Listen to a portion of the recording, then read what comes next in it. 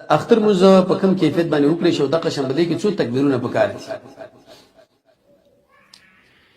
د قران او سنت مطالعه چې کله وکړي شي نو د لپاره متعدد کیفیتونه دي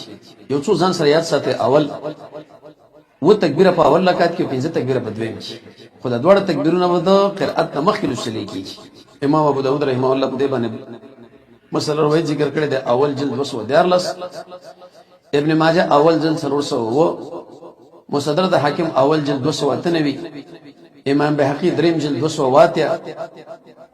او امام طحاوی رحمه الله په اول جلد کې د عائشه رضی الله عنها روایت ذکر کړی چې رسول الله صلی الله علیه وسلم په واړه اختر کې او په غټ اختر کې تکبیرونه ویلي په اول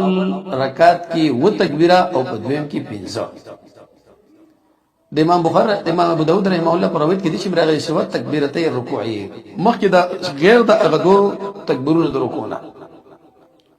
ابن ماجه ابو داود کې دا روایت د اول جلد 214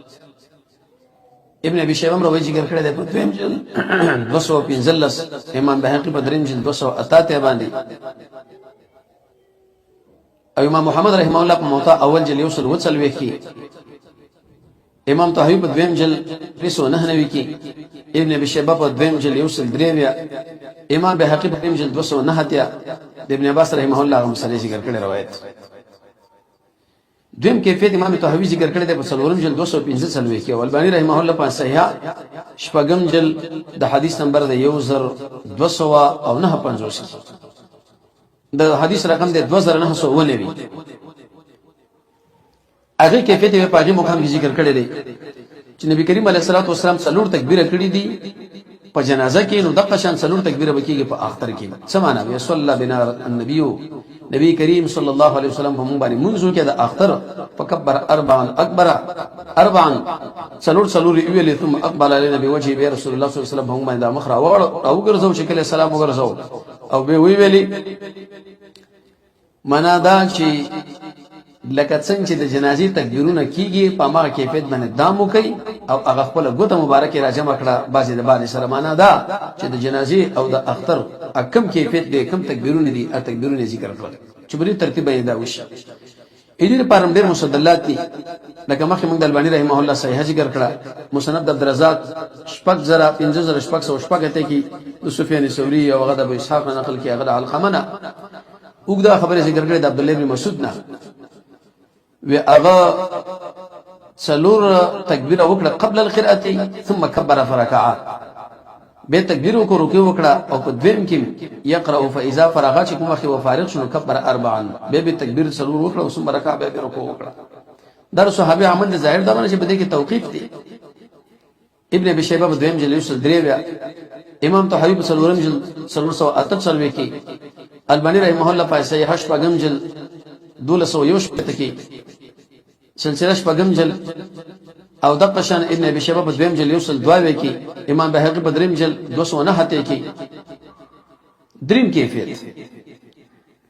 امام طحاوی رحمه الله ذکر کړی دی په دویم جلد 301 کې د اکرمنا قال ابن عباس عبد الله ابن عباس فرمایي من شاء د چا شخو کوي تکبیر دی وکي او من شاء د چا شخو کوي تکبیر دی وکي نه خو بنا بر هر تکبیر د رسول الله صلی الله علیه وسلم د حدیث بل مبارک متعدد کیفیتونه په ذکر راغلي کوم انسانان چې هغه تکبیر د رکوع الله اکبر په کې ور داخل کړي دي نو اربعه څلور ویل دي او کوم انسانان چې هغه دته استری دي هغه درې ویل دي نو چا په کې داخل کړي چاته استلې دي استلو مسله کې یو صورت حل لا چې د داخل د صورت کې به بل صورت مثلا راشي بل مسله چې آیا په دې تکبیرونه کې به انسان د رسول پورته کوي کمنه د محمد رسول الله صلی الله علیه وسلم په دې کې حدیث نقل لري علماء د باره کې مستقل کتابونه لیکلي دي چې دا خبره کړې ده چې په دې کې بدل رسول پورته کوي هغه استدلالات کړي د عموم د احادیث د رسول الله صلی الله علیه وسلم لیکن صحیح خبردار چې په دې عمومات باندې استدلال نشي کېدلی دی او خاص عمل د پاره وجه دا چې په دې کې به خبر په بل طرف باندې ورزي په بدعت باندې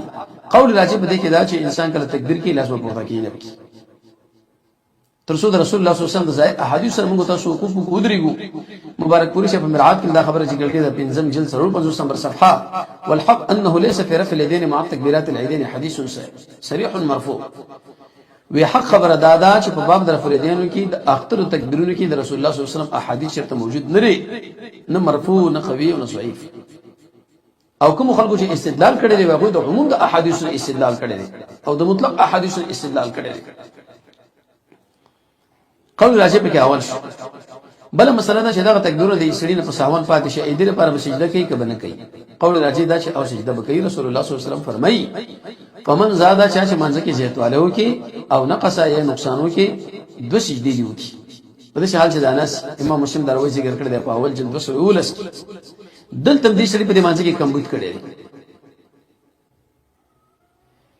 لیکن علماء دا خبره ذکر کړې ده چې سړی